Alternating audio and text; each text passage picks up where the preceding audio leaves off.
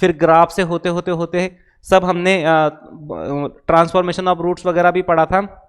तो उसके बाद अब हम इसके अंदर कुछ रेंज का कॉन्सेप्ट पढ़ना चाहते हैं कि जैसे कि लीनियर अपॉन लीनियर फंक्शन दे रखा है, इसी तरह से quadratic upon linear, linear upon quadratic, या फिर क्वाड्रेटिक अपॉन क्वाड्रेटिक, इस तरीके के कुछ क्वाड्रेटिक फंक्शन होंगे। उस फंक्शनों की हम रेंज किस तरीके से निकालेंगे, तो वो सारी चीज़ें हम इसके अंदर डिस्कस करने वाले हैं। तो बस वही बात है कि आज हम इसके अंदर जो डिस्कस करेंगे,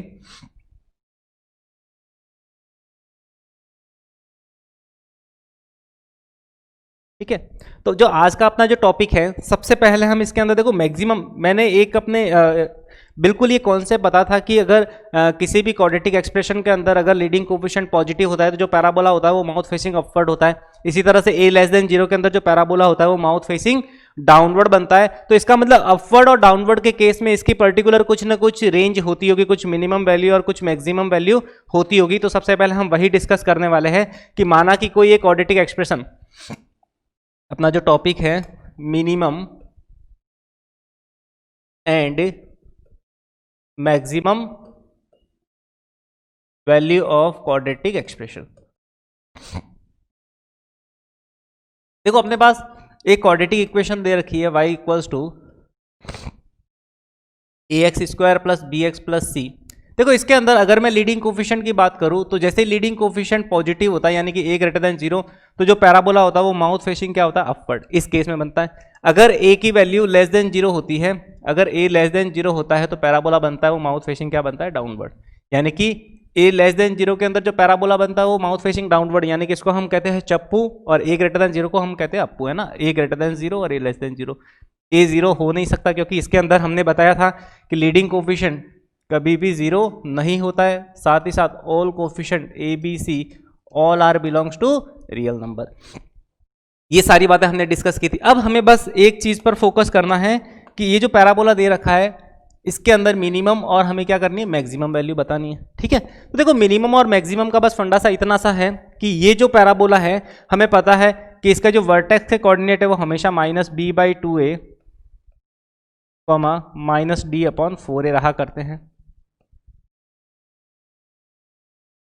यानी कि किसी भी क्वाड्रेटिक एक्सप्रेशन के अंदर जैसे इस तरीके से मैंने एक पैराबोला बना दिया, तो इस पैराबोला के जो वर्टेक्स के जो कोऑर्डिनेट होते हैं हमेशा फिक्स होते हैं -b/2a, यानी कि x की वैल्यू -b/2 है। उस पर जो मिनिमम से मिनिमम, अगर पैराबोला माउथ फेसिंग अपवर्ड है तो मिनिमम से मिनिमम जो वैल्यू जनरेट होती है वो -d/4 है। यानी कि ये पैराबोला है y इक्वल्स टू समथिंग, इसके अंदर अगर पूछे कि y मिनिमम बताना है तो y मिनिमम हमेशा किसके इक्वल होता है, -d/4 है।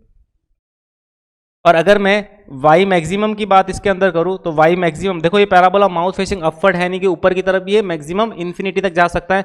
यानी कि इसके अंदर इसकी जो मैक्सिमम वैल्यू आ गई वो इन्फिनिटी, यानी कि जो इस फंक्शन की a ग्रेटर देन 0 के लिए इस पैराबोला की जो रेंज आ गई वो -d/4a से इन्फिनिटी आ गई। इसी तरह से अगर डाउनवर्ड है तो डाउनवर्ड के केस में देखो वर्टेक्स के कोऑर्डिनेट तो हमेशा क्या सेम रहता है, यही। तो इस केस में देखो ये बिल्कुल नीचे जा रहा है, बिल्कुल पाताल लोक में जा रहा है, तो इसका मतलब सोचो इसकी जो मिनिमम वैल्यू होगी वो कुछ -इन्फिनिटी जैसी होगी।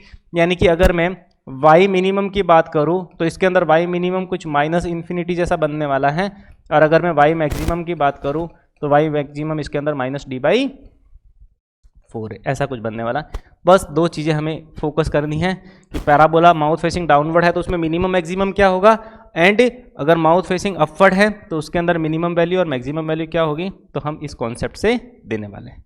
बस ये दो डब्बे याद रखने हैं, डाउनवर्ड में इस तरीके से और अपवर्ड है ना, अपवर्ड में इस केस में और डाउनवर्ड में ये वाला हमें कॉन्सेप्ट लगाना। बस मिनिमम मैक्सिमम, मिनिमम और मैक्सिमम, इस तरह से किसी भी क्वाड्रेटिक इक्वेशन के अंदर हम मिनिमम और मैक्सिमम वैल्यू उसकी आइडेंटिफाई कर सकते हैं। तो चलिए इसके बिहाफ पे हम कुछ एक आध क्वेश्चन कंसिडर करते हैं कि इस पे जैसे सर की क्वेश्चन बनते हैं वो कैसे बनते होंगे। तो कोई भी एक जैसे पैराबोला दे रखा है 3x² f(x) इस तरह से ले लिया मैंने, या फिर y equals to -3x² plus 6x plus 5, है ना, प्लस 6x प्लस 5। मैंने इस तरीके से एक क्या ले लिया, क्वाड्रेटिक, इस तरह से मैंने क्या कर दिया, क्वाड्रेटिक एक्सप्रेशन कंसिडर किया। इसके अंदर हमें बताना है कि इसकी y minimum and y maximum, है ना। सबसे पहले हम y minimum and y maximum दोनों की बात कर लेते हैं ना, कि दोनों के अंदर क्या मिलने वाली। अब देखो इधर सबसे पहले लीडिंग कोफिशिएंट बताएगा कि इसके साथ होने क्या वाला है। तो इसका मतलब जैसे हम इसके लीडिंग कोफिशिएंट के पास गए तो इसका जो लीडिंग कोफिशिएंट है -3 इज लेस देन 0। देखो लीडिंग कोफिशिएंट क्या है इसके अंदर, नेगेटिव मिल गया, यानी कि ए मिल गया वो लेस देन 0। इसका मतलब जो इसका पैराबोला बनने वाला है वो हमेशा क्या बनेगा, माउथ फेसिंग डाउनवर्ड, क्योंकि हमने अभी पढ़ा कि अगर ए लेस देन 0 होता है तो इसका मतलब जो पैराबोला होता है वो माउथ फेसिंग डाउनवर्ड होता है, यानी कि इसकी मिनिमम वैल्यू तो यहाँ से मिलने वाली है और मैक्सिमम वैल्यू यहाँ से मिलने वाली है। इसकी मिनिमम वैल्यू तो हमें पता है कि कितनी रहने वाली है, y minimum equals to -infinity.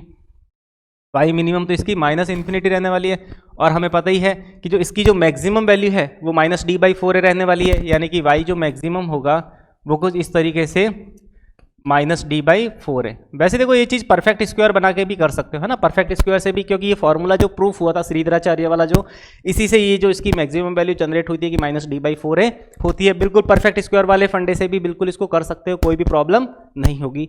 तो वाई मैक्सिमम क्या हो गया, -d/4 है, वही बात है -d, इसका मतलब -b² - 4ac। इसके अंदर b कितना दे रखा है, 6 का स्क्वायर यहाँ पे आ जाएगा 36, b² - 4, a दे रखा है -3 इंटू सी दे रखा है 5 whole divided by 4 into a, 4a -3, इस तरीके से दे रखा है। तो इसका मतलब इसकी जो मिनिमम वैल्यू मैक्सिमम जो जनरेट हो गई, माइनस तो बाहर है ही है, यहाँ पर मिल गया 36 और यहाँ पर माइनस और माइनस प्लस हो गया और ये हो गया 60 हो गया। तो इसका मतलब ये हो गया -60 होल डिवाइडेड बाय 4 इंटू 3 -12। तो इस तरीके से माइनस से माइनस कैंसल आउट हो गया, यानी कि ऊपर जो वैल्यू मिली है वो कुछ इस तरीके से यहाँ पर माइनस और माइनस, हाँ देखो साथ में प्लस 6 और 9 यानी कि 96/12। ठीक है, माइनस और माइनस मैंने क्या कर दिया यहाँ पे प्लस कर दिया, तो यानी कि 36 + 60 होल डिवाइडेड बाय 12, यानी कि इसकी जो मैक्सिमम वैल्यू जो जनरेट हुई है वो 96 से 12 मिल गई है। इसका मतलब अगर मैं इसकी रेंज बताऊं तो इसकी जो रेंज हो गई छोटी वैल्यू से बड़ी वैल्यू -इन्फिनिटी से मिला है 96/12 और ये इस फंक्शन की क्या हो गई, रेंज हो गई। हम इसकी रेंज इस तरीके से बता सकते हैं, क्योंकि रेंज बेसिकली क्या होता है, मिनिमम आउटपुट से मैक्सिमम आउटपुट का सेट। तो इसका मतलब इस केस में इस पैराबोला के लिए जो इसकी जो रेंज हो गई वो कुछ इस तरीके से हो गई, मतलब इसके बीच में है ना ग्राफ लाई करेगा, मतलब y की वैल्यू इसके बीच में वेरी करेगी। तो इस तरीके से बिल्कुल इजीली हम इस क्वेश्चन को अप्रोच कर सकते हैं। चलिए इसके अंदर एक और हम इसके अंदर कंसिडर करते हैं, जैसे कि एक पैराबोला दे रखा है 2x² -3x + 1, इस तरीके से दे रखा है y = 2। ठीक है, अब इसके अंदर वही बात y मिनिमम, इसके अंदर हमें y minimum and y maximum की बात करनी है ना, y minimum and y maximum वापस इसी क्वेश्चन में क्या रहने वाला है। तो इसका मतलब देखो सबसे पहले हम बात करते हैं पैराबोला कि माउथ फेसिंग डाउनवर्ड बनेगा या अपवर्ड बनेगा, तो वो सारी चीज़ें हम इसके अंदर पहले डिस्कस कर लेते हैं। तो देखो वही बात है, सबसे पहले इसके लीडिंग कोफिशिएंट को अगर देखें तो जो 2 है, इसका जो लीडिंग कोफिशिएंट है 2 इज ऑलवेज ग्रेटर देन 0, यानी कि जो इसका लीडिंग कोफिशिएंट है a वो क्या है, ग्रेटर देन 0। ग्रेटर देन 0 का मतलब होता है जो पैराबोला बनेगा वो माउथ फेसिंग हमेशा क्या बनेगा, अपवर्ड बनेगा। तो अगर अपवर्ड बनेगा तो इसका मतलब आज इसकी मिनिमम वैल्यू यहाँ पर मिलने वाली है और मैक्सिमम कहाँ जाएगी, इन्फिनिटी।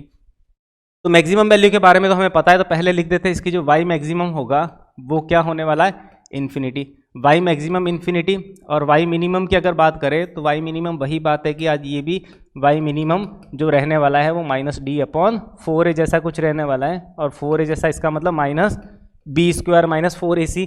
तो b² का मतलब -3 का होल स्क्वायर यानी कि 9 -4 a इंटू सी, a कितना है 2 और इंटू सी की वैल्यू कितनी है 1 और होल डिवाइडेड बाय 4 है, इस तरीके से। और a की वैल्यू हमें पता है कितनी रहने वाली है 2, यानी कि यहाँ पर भी जो a की वैल्यू है वो कुछ 2 जैसी रहने वाली है, इस तरीके से है ना, इंटू 2। तो इसका मतलब यहाँ पे 9 - 8, यहाँ पर कितना 9 माइनस जो 8 हो जाएगा वो बेसिकली कितना 1 यहाँ पर माइनस से, तो ये -1/8, 1 - 1 से मल्टीप्लाई होगा। इसका मतलब इस तरीके से क्या मिल गई, इसकी मिनिमम वैल्यू। तो वही बात है, अगर आज भी मैं इस फंक्शन की रेंज की बात करूँ, रेंज का मतलब y की वैल्यू, तो y बिलोंग्स टू मिनिमम से मैक्सिमम, मिनिमम -1/8 रहने वाला है, मिनिमम वैल्यू जो वर्टेक्स पे जनरेट होती है, और मैक्सिमम मिल गया आज भी इन्फिनिटी। ये इस फाइनल फंक्शन की क्या मिल गई है, रेंज। तो इस तरीके से हम क्या करते हैं, किसी भी पैराबोलिक एक्सप्रेशन की, है ना, कोई भी पैराबोलिक जो भी क्वाड्रेटिक कर्व दे रखा है उसकी रेंज के बारे में हम कमेंट कर सकते हैं। तो ये सारी चीज़ें इसके अंदर हम डिस्कस करते हैं। चलिए नेक्स्ट जो अपना जो टॉपिक है रेंज ऑफ, नेक्स्ट जो अपना हम इसके अंदर जो टॉपिक कंसिडर करेंगे वो हम करेंगे रेंज ऑफ फंक्शन। देखो ये चीज़ जो अपना जो टॉपिक है इसके अंदर ये 12th क्लास में भी बिल्कुल काम आएगा, range of function.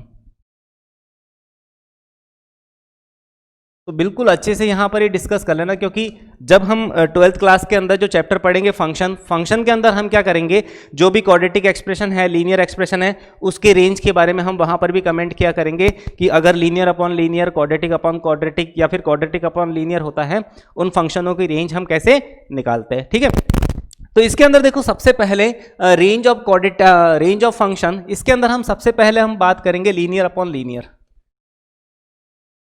Linear upon, देखो लीनियर अपॉन लीनियर फंक्शन। फिर सेकेंड हम बात करेंगे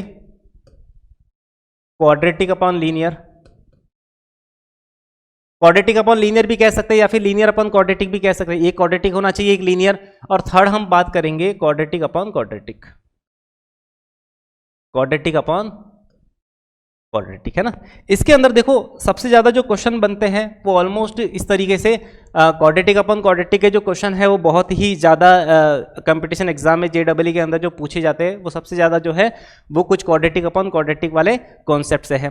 तो देखो सबसे बड़ी बात, हम सबसे पहले एक एक चीज़ डिस्कस करते हैं। हम चलते हैं स्टार्टिंग से लीनियर अपॉन लीनियर, कि अगर कोई भी लीनियर अपॉन लीनियर फंक्शन दे रखा है तो हम क्या करेंगे, उसकी रेंज कैसे निकालते हैं, तो वो सबसे पहले हम डिस्कस करते हैं। देखो सबसे पहले हमने डिस्कस किया है range of linear function. Linear का मतलब ऊपर में मान लेता हूं ax प्लस बी और अपॉन में मान लेता हूं cx प्लस डी, यानी कि लीनियर अपॉन लीनियर फंक्शन। देखो लीनियर फंक्शन ऊपर भी मैंने जनरल लिख दिया ax प्लस बी और अपॉन में मैंने लिख दिया cx प्लस डी, यानी कि लीनियर अपॉन लीनियर फंक्शन की जो रेंज निकली जाती है। देखो सबसे पहले इस फंक्शन को डिफाइन होने के लिए यही बात है कि इसका डिनोमिनेटर 0 नहीं होना चाहिए, यानी कि x is not equals to minus D upon सी।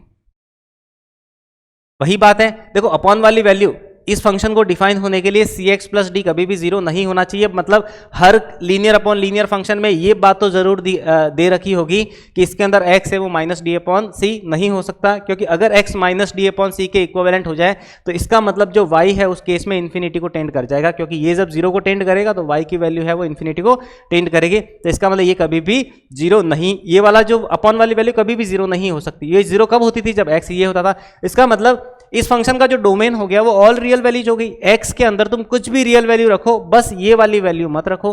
तो इसका मतलब इसके डोमेन तो पता चल जाता है, और डोमेन तो हर एक क्वेश्चन में जब लीनियर अपॉन लीनियर फंक्शन दे रखा होता है तो अपॉन वाला फंक्शन कभी भी 0 नहीं होता। इस फंक्शन के साथ बिल्कुल ये वाली चीज चिपकी हुई होती है, या फिर बाय डिफॉल्ट ये होती है। ये चीज हमें भी समझनी होती है कि इस फंक्शन को डिफाइन होने के लिए, यानी कि कंप्लीट मैथमेटिक्स में अगर हम बात करें तो अपॉन वाला फंक्शन कभी भी 0 को टेंड नहीं करेगा। उस केस में ये वाला जो फंक्शन होगा वो डिफाइन नहीं होता है पर्टिकुलर उस वैल्यू पे। तो देखो अब हम इसकी रेंज की बात करें तो बस रेंज का बस इतना सा फंडा है कि इसके अंदर क्या कर दो, क्रॉस मल्टीप्लाई करके सारी की सारी value in terms of x ले आओ। जैसे ये y इक्वल्स टू समथिंग दे रखा है, अब क्या कर दो x is equals to something value in terms of y ले आओ। तो एक क्वेश्चन के अंदर हम ये सारी बातें कंसिडर करते हैं। जैसे मैं कंसिडर करता हूं क्वेश्चन, एक क्वेश्चन लेते हैं, y equals to 3x minus 2 upon x minus 1। इस फंक्शन की हमें क्या बतानी है, रेंज। देखो y इक्वल्स टू समथिंग दे रखा है, इसके साथ ही दे रखा होगा कि x 1 नहीं होना चाहिए। x क्या नहीं होगा, 1 नहीं होगा। तो इसका मतलब हमें बताना है range of y, range of y। तो देखो इस y की रेंज बताने के लिए हमें क्या करना है, सबसे पहले क्रॉस मल्टीप्लिकेशन करना है, और जो वैल्यू y इक्वल्स टू, जो y की value in terms of x दे रखी है, हम क्या करेंगे x इज इक्वल्स टू जो वैल्यू निकाले इन टर्म्स ऑफ y निकालेंगे। तो क्रॉस मल्टीप्लाई किया तो x y minus y equals to 3x minus 2। x minus 1 को y से इस तरह से मल्टीप्लाई कर दिया तो इस तरह से वैल्यू मिली। अब क्या करना है, मुझे सारी value in terms of x लेके आना है।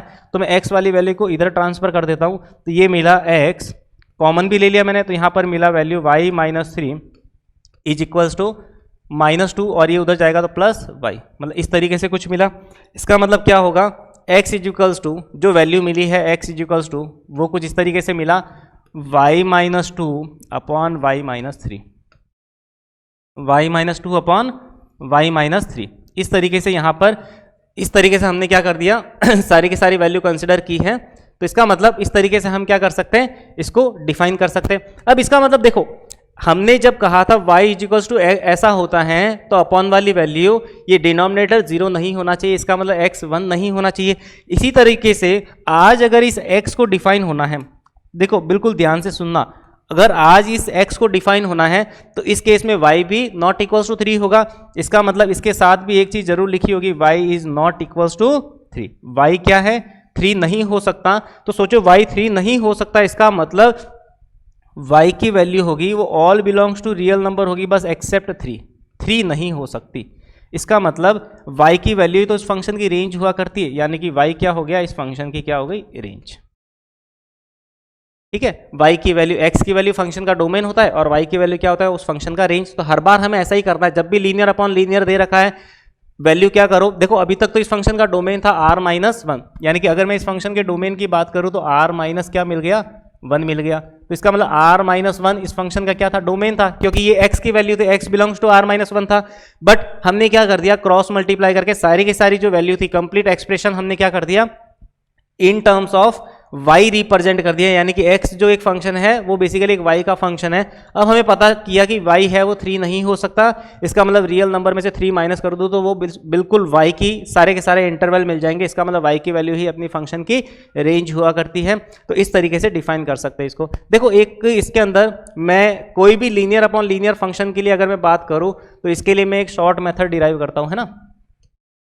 देखो ये शॉर्ट मेथड हमेशा लीनियर अपॉन लीनियर वाले फंक्शन के लिए वैलिड होगा, कि हमेशा अगर लीनियर अपॉन लीनियर वाले फंक्शन की अगर रेंज निकालनी है, क्या निकालनी है, किसी भी फंक्शन की लीनियर अपॉन लीनियर में अगर रेंज निकालनी है तो वो रेंज होती है रियल नंबर माइनस, देखो रियल नंबर माइनस क्या करना है, कोफिशिएंट ऑफ x, है ना, रियल नंबर ऑफ, देखो ये जो फंक्शन था इस y की हमें क्या करनी थी, रेंज निकालनी थी।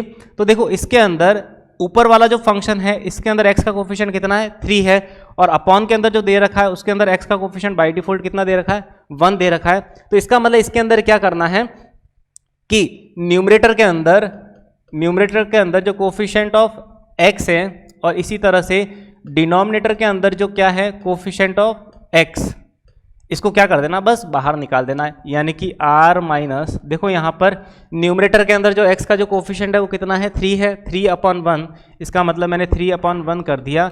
इसका मतलब r में से जो फाइनली जो वैल्यू बाहर निकली है वो कुछ निकली है 3, इसका मतलब ये उस फंक्शन की क्या हो गई, रेंज हो गई, ये उस फंक्शन की क्या हो गई, रेंज हो गई। तो इस तरीके से देखो डायरेक्टली हमने क्या कर दिया, तो डायरेक्टली हम बता सकते हैं इस फंक्शन की रेंज 3/1, इसका मतलब क्या हो गई, 3 हो गई। तो ये वाला जो कंप्लीट प्रोसेस है वो कुछ इस तरीके से ही है। यानी कि अगर मैं कहूँ कि ये जो जनरल फंक्शन दे रखा है y is equals to something, अगर इस वाले फंक्शन, ये बिल्कुल इस फंक्शन की अगर मैं रेंज निकालना चाहूँ, अगर इस वाले फंक्शन की जो रेंज निकालना चाहूँ तो मैं इन जनरल लिख सकता हूँ r माइनस a/c। यानी कि अगर मैं इस फंक्शन की बिल्कुल रेंज डिफाइन करना चाहता हूँ, यानी कि अगर मैं इसके अंदर कहना चाहता हूँ कि रेंज ऑफ y, तो इसका मतलब रेंज ऑफ y क्या होगा, y belongs to r minus all except, है ना, कोफिशिएंट ऑफ x का कोफिशिएंट ऊपर में कितना a और नीचे में कितना c, बस ये उस फंक्शन की क्या हो गई, रेंज। अगर मैं इन जनरल बात करूं तो कुछ इस तरीके से मैंने कॉन्सेप्ट अप्लाई किया है। तो बिल्कुल एक इजी अप्रोच है, इतना ज़्यादा कुछ टफ है नहीं। तो इसी तरीके से हमें क्वेश्चन के अंदर बिल्कुल ये चीज़ें अप्लाई करनी है और इस तरह से हमें किसी फंक्शन की रेंज निकालनी है। चलिए एक दो एग्जाम्पल और कंसिडर करता हूँ। जैसे कि मैंने इसके अंदर एक दो एग्जाम्पल लिए, जैसे क्वेश्चन फर्स्ट, सबकी रेंज निकालनी हमें, y equals to 1/3x minus 2, फिर दूसरा function y equals to x minus 3/2 minus 3x। इसी तरीके से थर्ड में ले लूँ y equals to 3x minus 1/2x plus 3। इस तरीके से मैंने क्वेश्चन कंसिडर किया। सबके अंदर इस फंक्शन की क्या करनी है, रेंज बतानी है। तो रेंज के मतलब देखो सबके साथ डोमेन तो बिल्कुल फिक्सअप है कि x की वैल्यू, देखो सबके साथ दे रखा होगा बेटा कि x, इसके अंदर x की वैल्यू 2/3 नहीं हो सकती, इसके अंदर भी x की वैल्यू है इज नॉट इक्वल्स टू 2/3, है ना। इसके अंदर भी 2/3 नहीं हो सकती, इसके अंदर भी x की वैल्यू देखो 2x + 3 जीरो कहाँ हो रहा है -3/2 पर, तो x की वैल्यू ये नहीं हो सकती। ये complete r minus something value all are the domain of these functions, है ना। ये डोमेन तो बिल्कुल डोमेन तो स्पेसिफाई किया होगा हमेशा लीनियर अपॉन लीनियर के साथ। बस अगर हम इसकी रेंज की बात करें, अगर मैं इस फंक्शन के पहले वाले फंक्शन की रेंज की बात करूं तो देखो रेंज की बात देखो 1 अपॉन लीनियर फंक्शन है, और 1 अपॉन लीनियर फंक्शन की जो रेंज होती है वो हमेशा क्या होती है r-0। क्या होती है r-0। अभी हमने थोड़ी देर पहले ही डिस्कस किया था। देखो हमेशा बिल्कुल ये चीजें गांठ बांध लो, 1 upon linear, any 1 upon linear, कोई भी 1 अपॉन लीनियर टाइप का फंक्शन है, उसकी जो रेंज होती है, उसकी जो रेंज होती है वो हमेशा r- क्या होती है 0 होती है। क्या होती है हमेशा r-0। और वो चीज़ यहाँ पर भी देखो क्लियर हो रही है। अगर ऊपर कुछ भी नहीं है तो इसका मतलब ऊपर वाले फंक्शन के साथ में 0x, यानी कि यहाँ पर 1 के साथ में अगर मैं इस तरह से लिखूँ 0x + 1, तो यानी कि देखो ऊपर भी लीनियर अपॉन लीनियर, और लीनियर अपॉन लीनियर फंक्शन की रेंज हमने निकालना सीखा है। r- x का कोफिशिएंट ऊपर कितना है और नीचे कितना है, तो 0/3, 0/3 कितना होता है 0 होता है, यानी कि r-0। इस तरीके से शॉर्ट तरीके से हम निकाल सकते हैं रेंज। यहाँ पर भी अगर मैं इसके फंक्शन की मैं रेंज की बात करूँ, यानी कि इसके लिए भी अगर मैं रेंज की बात करूँ तो रेंज r- ऊपर वाले फंक्शन में x का कोफिशिएंट कितना 1 है और नीचे वाले में कितना है 2 है, तो 1/2, सॉरी 1/-3, नीचे वाले में -3 दे रखा है, यानी कि यहां पर आ जाएगा -3।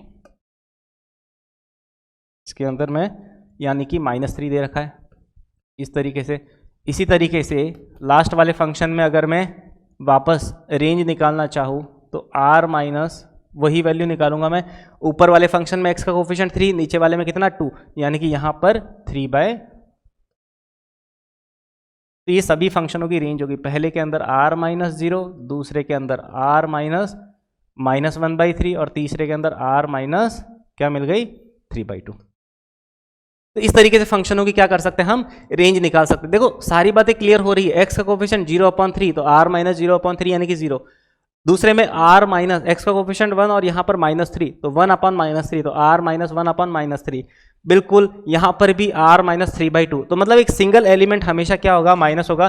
तो लीनियर अपॉन लीनियर में हमें बिल्कुल क्रॉस मल्टीप्लिकेशन करके value in terms of y निकालने की हमें जरूरत नहीं है। हमने बिल्कुल एक जनरल एक शॉर्ट तरीका देखा है कि बिल्कुल लीनियर अपॉन लीनियर दुनिया का कोई भी फंक्शन आ जाए, हम उस फंक्शन की क्या कर देंगे रेंज निकाल सकते हैं। बिल्कुल r- क्या कर देना है, ऊपर वाले फंक्शन के साथ जो x का कोफिशिएंट है डिवाइड बाय नीचे के अंदर अपॉन में जो x का जो फंक्शन जो दे रखा है उसके अंदर जो x का कोफिशिएंट है उसका रेशियो क्या कर देना r से माइनस कर देना है। तो वो सारी बातें हमने इसके अंदर जो भी है डिस्कस की थी।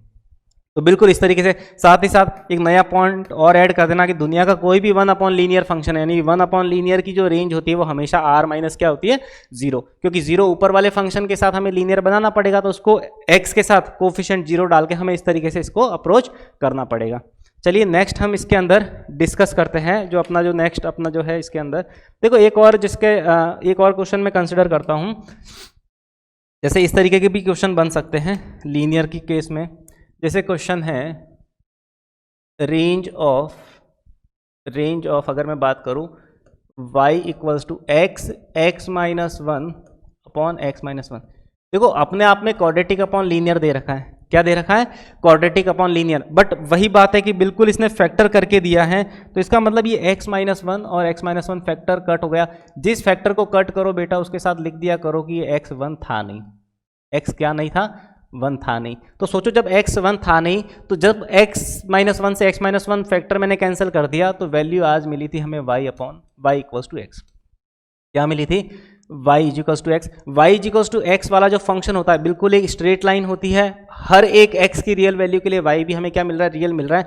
तो अगर इसके अंदर में y बिलोंग्स टू, यानी कि अगर मैं रेंज ऑफ फंक्शन की बात करूं, वैसे इसके लिए तो रियल मिलना था, इसके लिए तो क्या मिलना था रियल, लेकिन अपना फंक्शन ये ना होके ये था और ये फंक्शन तभी डिफाइन था जब x = 1 था नहीं। तो सोचो जब मैंने इस फैक्टर को कैंसिल आउट कर दिया तो देखो यहां पर भी मैं x की वैल्यू 1 रखूंगा नहीं, और जब मैंने x को 1 दिया नहीं तो उसके करस्पॉन्डिंग जो आउटपुट मिल रहा था 1 वो भी आज मिला नहीं, यानी कि उस केस में r-1 हम क्या कर देंगे माइनस कर देंगे। इस तरीके से इस क्वेश्चन को हमें अप्रोच करना है।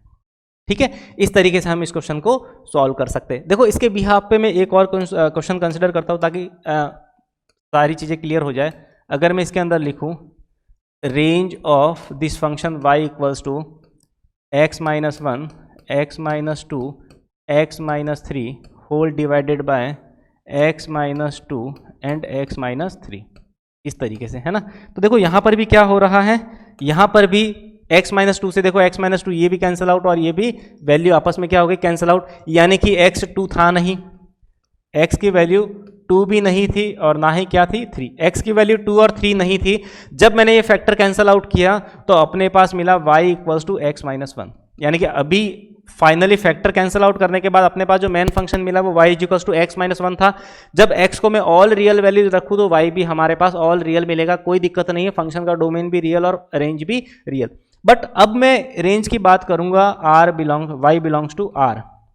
देखो इसके लिए तो रियल थी, लेकिन अपना मेन फंक्शन कौन सा था, ऊपर वाला फंक्शन। तो ऊपर वाले फंक्शन में मैंने x2 प्रोवाइड किया भी नहीं, 3 प्रोवाइड किया भी नहीं। तो जब मैंने x2 दिया नहीं और 3 भी दिया नहीं तो 2 और 3 के करस्पॉन्डिंग जो y मिल रहा था वो भी हमें मिलेगा नहीं। तो इसका मतलब जब मैंने x को 2 प्रोवाइड किया तो देखो यहाँ पर 2 प्रोवाइड करने पर 2 माइनस 1 जो y की वैल्यू मिल रही है वो कितनी मिल रही है, 1, यानी कि जब मैंने x2 दिया तो 2 माइनस 1 कितना मिला, 1 मिला। तो इसका मतलब y की वैल्यू जो 1 थी वो जब मैंने इनपुट दिया नहीं तो उसके करस्पॉन्डिंग आउटपुट 1 भी मिला नहीं।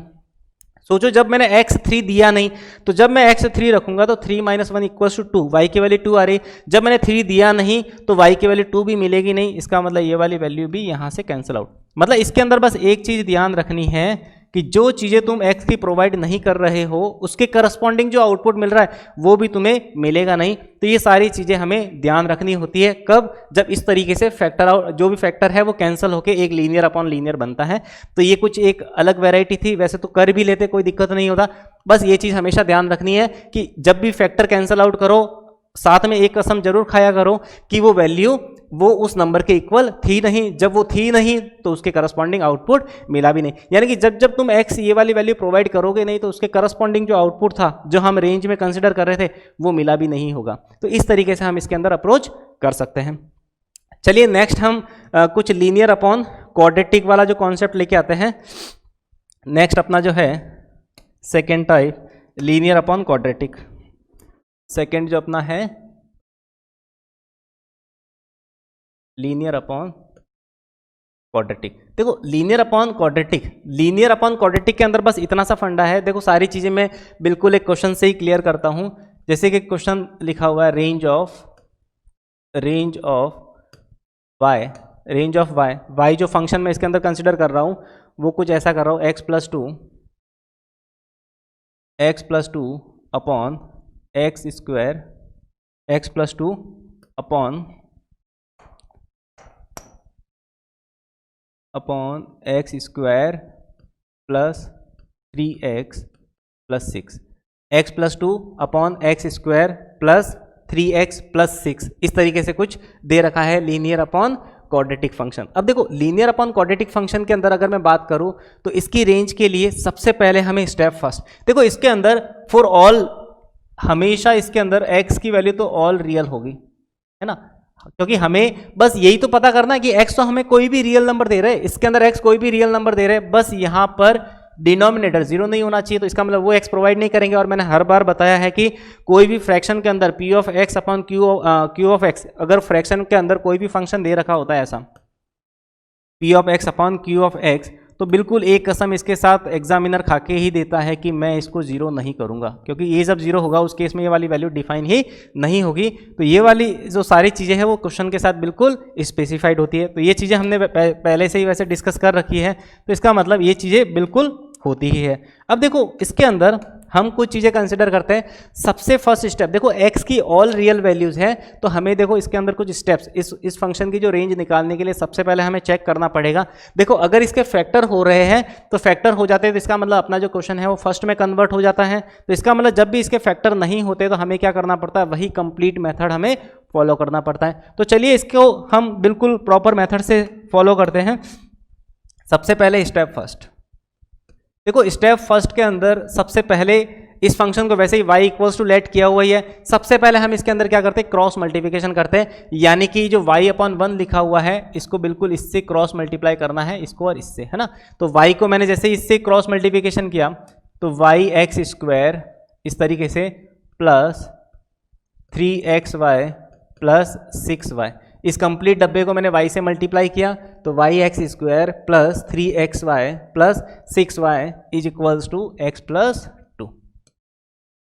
ठीक है, अब नेक्स्ट क्या करना है, वही बात कि वापस हमें y(x², अब यहां पे क्या कर दो, x को क्या कर दो, कॉमन ले लो। तो यहां पर जैसे ही मैंने x को कॉमन लिया तो यहां पर जो वैल्यू मिलेगी वो मिलेगी 3y माइनस 1 इंटू एक्स फिर plus 6y minus 2 equals to क्या हो गया 0। देखो इस तरीके से चीजें मिल गई। अब देखो ये जो एक क्वाड्रेटिक इक्वेशन ऐसी है, देखो हर बार ये क्या मिलेगी, quadratic in x, quadratic equation in x. Quadratic equation क्या है, इन एक्स, और हमें क्या रखा है कि एक्स क्या है, रियल। देखो किसी भी क्वाड्रेटिक इक्वेशन के अंदर रूट्स की अगर बात करें, क्योंकि देखो यहाँ पर जो इस क्वाड्रेटिक के अंदर ये क्वाड्रेटिक इन एक्स है, देखो x² है, इसका कुछ ना कुछ कोफिशिएंट है, यहाँ पर भी x है, कुछ कोफिशिएंट है, और ये सारे के सारे जो टर्म है कांस्टेंट टर्म है। इसका मतलब हमें एक चीज़ तो पता है कि जब रूट्स रियल रहा करते हैं तो रियल रहने का मतलब होता है कि क्वाड्रेटिक जो भी इसका कर्व रहा होगा पैराबोला, वो या तो एक्स एक्सिस को कट करेगा या फिर एक्स एक्सिस को टच करके जाएगा।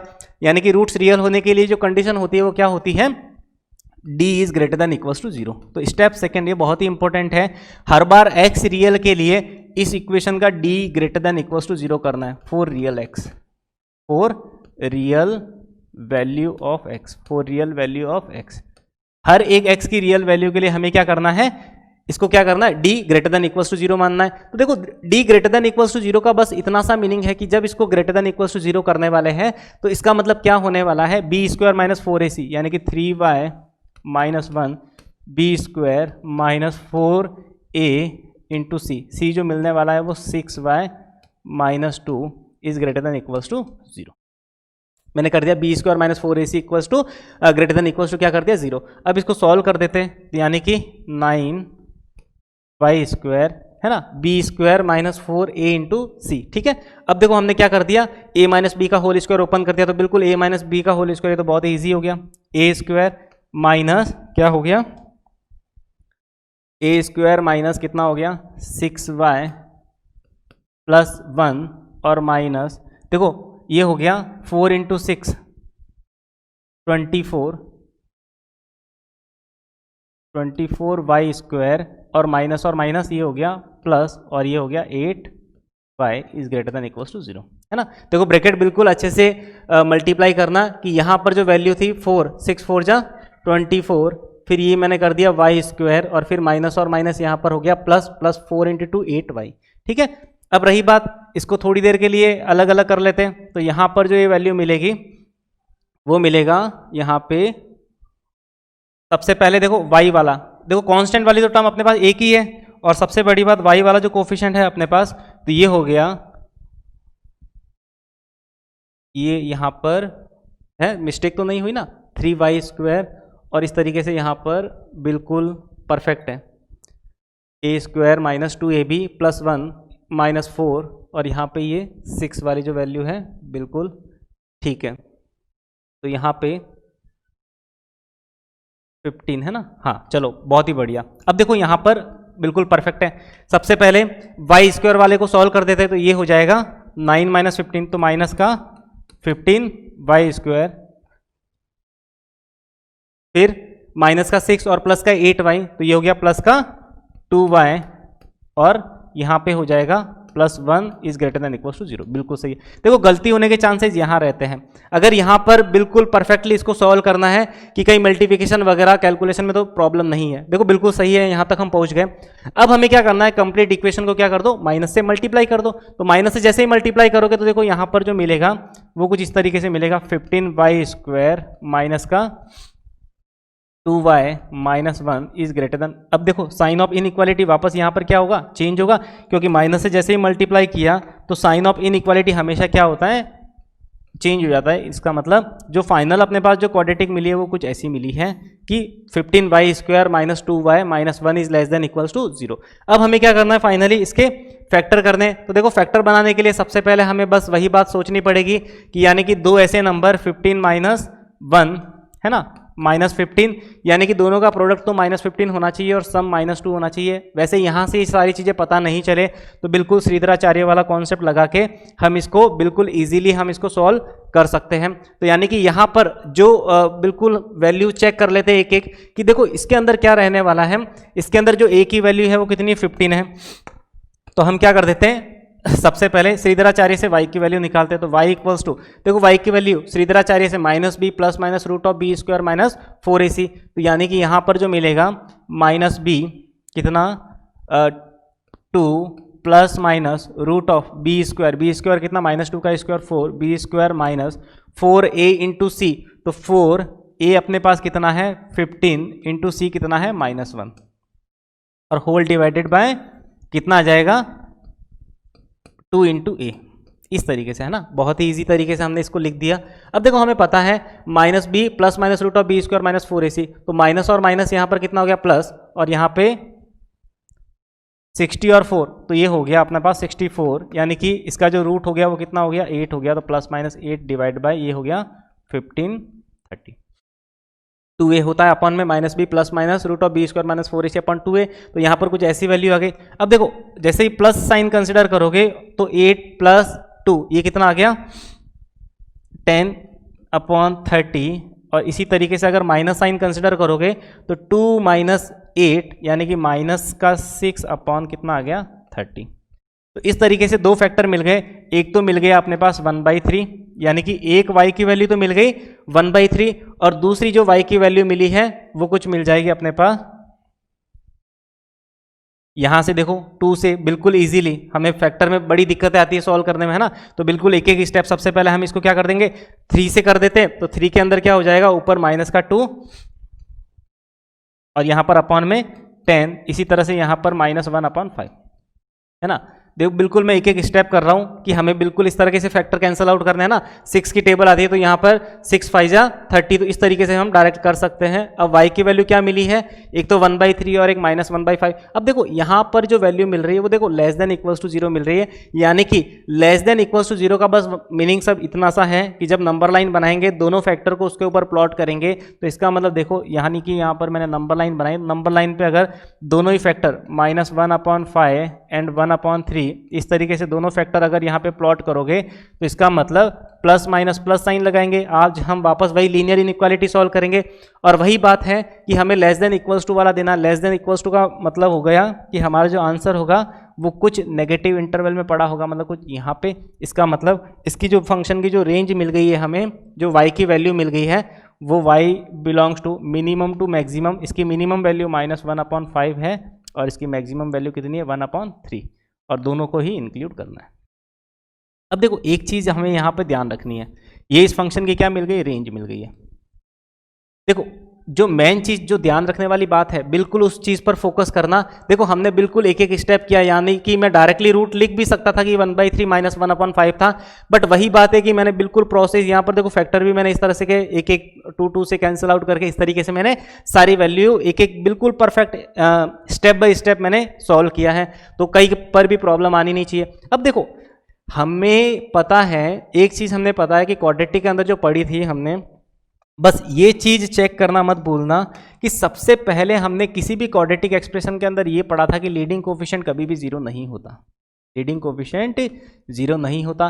तो हमें चेक करना पड़ेगा कि अपना जो y जो फाइनल आंसर मिला है -1/5 से 1/3, इसके बीच इंटरवल के अंदर 0 आया करता है, तो इसका मतलब y की वैल्यू 0 भी हुई थी। तो चेक करना है सबसे पहले कि y की वैल्यू 0 रखने पर, y की वैल्यू यहां पर जब मैं 0 रखूं तो क्या ऐसा x से एग्जिस्ट कर रहा है जो इसके डोमेन में था, यानी कि x की ऐसी वैल्यू थी जो हमने प्रोवाइड की, उसके करस्पॉन्डिंग y हमें क्या मिला था 0 मिला था। तो हम चेक करते हैं कि जब y 0 रहा होगा तब x के साथ क्या कुछ रहा होगा, वो हम चेक करते हैं। तो y को मैंने 0 रखा, तो इस वाले एक्सप्रेशन को कंप्लीटली इसी तरीके से लिख दिया मैंने, x² + 3x + 6। अब मैंने क्या कर दिया, क्रॉस मल्टीप्लिकेशन कर दिया। अब मैंने क्या कर दिया, क्रॉस मल्टीप्लिकेशन, तो ये वाली वैल्यू कंप्लीटली 0 में चली गई, यानी कि x = क्या मिल गया -2। बिल्कुल सही बात है कि मेरे डोमेन में x = -2 एक ऐसा पॉइंट था जिसके करस्पॉन्डिंग जो मुझे y मिला था वो 0 मिला था, तो बिल्कुल इस केस में यहाँ पर मैं 0 को इंक्लूड करूंगा, ये मतलब फाइनल आंसर है।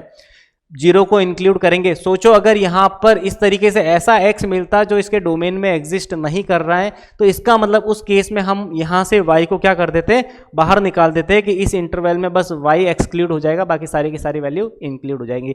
तो बहुत ही एक अच्छा कॉन्सेप्ट पढ़ा हमने इसके अंदर कि क्वाड्रेटिक अपॉन लीनियर या फिर लीनियर अपॉन क्वाड्रेटिक के अंदर सबसे फर्स्ट स्टेप क्या करना है, क्रॉस मल्टीप्लिकेशन करके क्वाड्रेटिक इन x बनाना है। अब हर एक x की वैल्यू के लिए देखो x रियल है, तो किसी भी क्वाड्रेटिक के अंदर x रियल होने का बस इतना सा मीनिंग है कि उसका जो डिस्क्रिमिनेंट होगा वो हमेशा ग्रेटर देन इक्वल्स टू क्या रहा होगा, 0 रहा होगा। तो इस तरीके से फाइनली उसका d greater than equals to 0 करके बिल्कुल हम स्टेप बाय स्टेप उस क्वाड्रेटिक को सॉल्व करके उस फंक्शन की रेंज निकाल सकते हैं। चलिए आज के लिए इतना काफ़ी। नेक्स्ट लेक्चर में हम क्वाड्रेटिक अपॉन क्वाड्रेटिक वाला कॉन्सेप्ट लेके आएंगे और भी बहुत सारी शॉर्ट ट्रिक्स लेके आएंगे।